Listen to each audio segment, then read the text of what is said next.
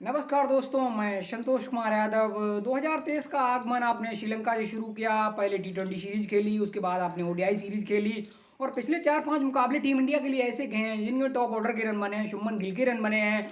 और पिछले 5 मुकाबलों में हमने देखा 300 विराट कोहली ने लगाए हैं। रोहित शर्मा का जरूर 100 नहीं आया, लेकिन शायद वो लय उन्होंने पा ली है धीरे धीरे। शायद वक्त आते आते वर्ल्ड कप से पहले शायद मुझे लगता है उस रिदम को पा लेंगे जहां हम उनके पास्ट में 100 देखे हैं। उनके 3 डबल 100 है और शाम को एक युवा टैलेंट का लड़का शुभमन गिल जिसने रिमार्केबल 100 लगाया। न्यूजीलैंड की बॉलिंग लाइनअप हमेशा अच्छी मानी जाती है और 2019 के बाद इस टीम ने हमेशा टीम इंडिया को तंग किया। 2019 का वो वर्ल्ड कप हो, उसके बाद 2021 वर्ल्ड कप में और बीटीसी फाइनल में देखें न्यूजीलैंड के सामने ये टीम जरूर टीम इंडिया हारी, न्यूजीलैंड जीती, बीटीसी फाइनल की पहली चैंपियन टीम बनी है। और ये हमेशा हम देखते हैं इनकी बैटिंग ऑर्डर या फिर अदर जो प्लेयर हैं गेंदबाजी में, इनके जो ऑलराउंडर हैं हमेशा टीम इंडिया के खिलाफ अच्छा करते हैं। शाम को भी हमने माइकल ब्रेसवेल की एक ऐसी पारी देखी, 140 रन की पारी, 78 बॉलें ली हैं और 78 बॉलों में अगर चौके छक्कों के रन अगर काउंट करें तो 108 रन महज 22 बॉलों में इस बंदे ने बनाए हैं। और जहां ऐसा लगा कि शायद मुकाबले में कुछ बचा नहीं है, 131 पे आप देखें तो 6 विकेटें गिर चुकी थी। बस फॉर्मेलिटी थी कि इंडिया को 1-2 विकेटें मिल जाएंगी, टेल अपने आप आउट हो जाएगी और भारत मुकाबला एक बड़े मार्जिन से जीत सकता है। जैसा कि आपने अभी श्रीलंका के खिलाफ देखा होगा कि 317 रन से भारत आखिरी ओडीआई मुकाबला जीता और क्रिकेट इतिहास की बड़ी जीत दर्ज करी है। लेकिन हमें समझ में ये नहीं आता कि अगर आप 317 रन से मुकाबला जीते हैं वर्ल्ड कप में, वो मुकाबला आपके काम आएगा या जो आप 12 रन से मुकाबला जीते हैं। 350 का टारगेट सामने वाली टीम को दिया है और जिस टीम की 131 रन पर अगर 3 विकेटें गिर चुकी हैं, माफ करना 6 विकेटें गिर चुकी हैं, उसके बाद भी उनकी टीम में एक ऐसा प्लेयर है माइकल ब्रेसवेल और अगर देखें मिचेल सैंटनर, जिनके पिछले एक डाल से बिल्कुल ये पिछले 1-1.5 साल से देखें तीनों फॉर्मेट लगभग उठाकर देखें बल्ले से उतने रन बने नहीं थे। आईपीएल इस साल का अच्छा नहीं गया, सीएसके ने अंदर बाहर किया, लेकिन गेंदबाजी में कहीं ना कहीं कद इनका बड़ा है। लेकिन वो ओवरऑल देखें जिस तरह शाम को मुकाबला हुआ, भारत ने एक बड़ा टारगेट सेट किया, 350 का टारगेट था और न्यूजीलैंड भी जानती थी कि हमारे पास अगर केन विलियमसन नहीं है तो मिडल ऑर्डर यानी टॉप ऑर्डर थोड़ा लेक कर सकता है। और कॉनवे को अगर देखें तो फिर उनके रन नहीं है, हेनरी निकोलस के रन नहीं है, गेन फ्लिप जल्दी आउट हो गए और डेरियल मिचेल जो भी एक अच्छे प्लेयर माने जाते हैं, उनकी जब विकेटें गिर गई तो फिर ऐसा लगा कि शायद लाथम भी कुछ नहीं कर पाएंगे। और जब 6 विकेटें लाथम के रूम में गिर गई बांग्लादेश की, माफ करना न्यूजीलैंड की, फिर तो ऐसा लगा कि यहाँ कुछ होना नहीं है और मैच भारत आसानी जीतने वाला है।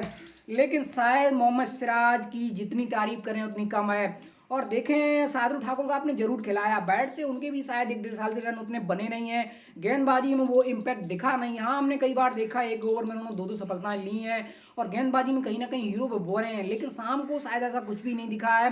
17-17 रन के जो उनके 2 ओवर चले गए और आखिरी 50वां ओवर जब रोहित शर्मा उनकी तरफ गए तो मैं थोड़ा शायद सरप्राइज था और पहली गेंद पे जब छक्का पड़ा उसके बाद आपने बैट फेंक दी और उसके बाद शायद लगा अगर वो लेग बिफोर ना हुए होते, अगर आप देखें तो फिर 5 गेंद या 4 गेंदों में आपकी 9 रन चाहिए थे। और जिस माइकल ब्रेसवेल जिस अंदाज में बैटिंग कर रहे थे, ग्राउंड के चारों ओर शॉट मार रहे थे, वहां से तो ऐसा कुछ दिख नहीं रहा था कि चांस कोई है मैच आप जीतेंगे।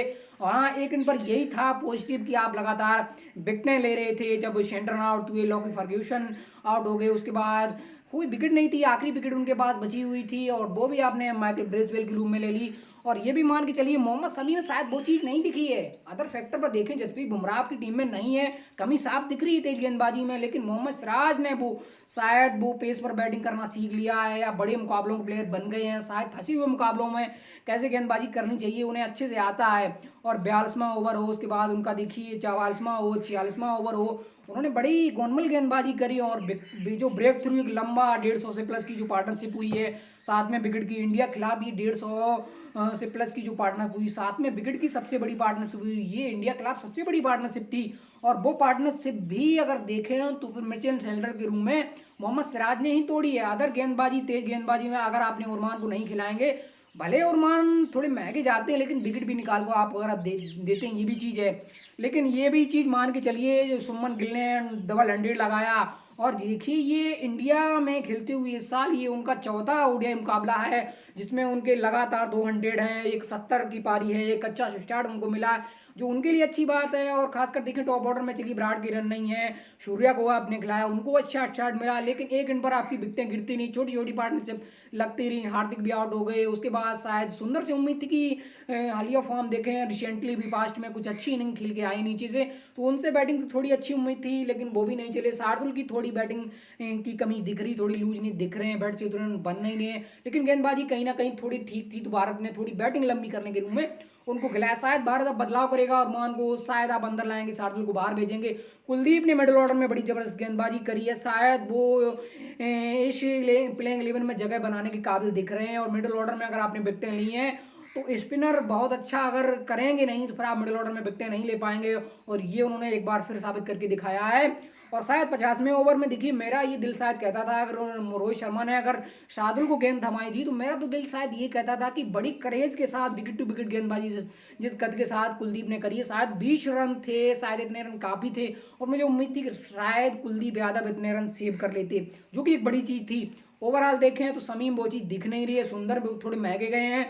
और भारत तो तब सीरियस हुआ जब 35 से 40 के ओवर में कोई विकेट नहीं गिरी, रन काफी बन गए, और आखिरी 10 ओवर में ऐसा लगा कि शायद स्पेस पर अगर रन बनते रहे तो रन बन जाएंगे और एक बड़ा मुकाबला आप हार जाएंगे, जो मुकाबला शायद आप जीतते जीतते 90% लगभग ऐसा लग रहा था। दोनों खेमों को, इंडिया खेमा हो या फिर न्यूजीलैंड का खेमा, ऐसा लग रहा है कि 6 विकेटें गिर चुकी हैं, अब कुछ नहीं होना है, फॉर्मेलिटी होनी है।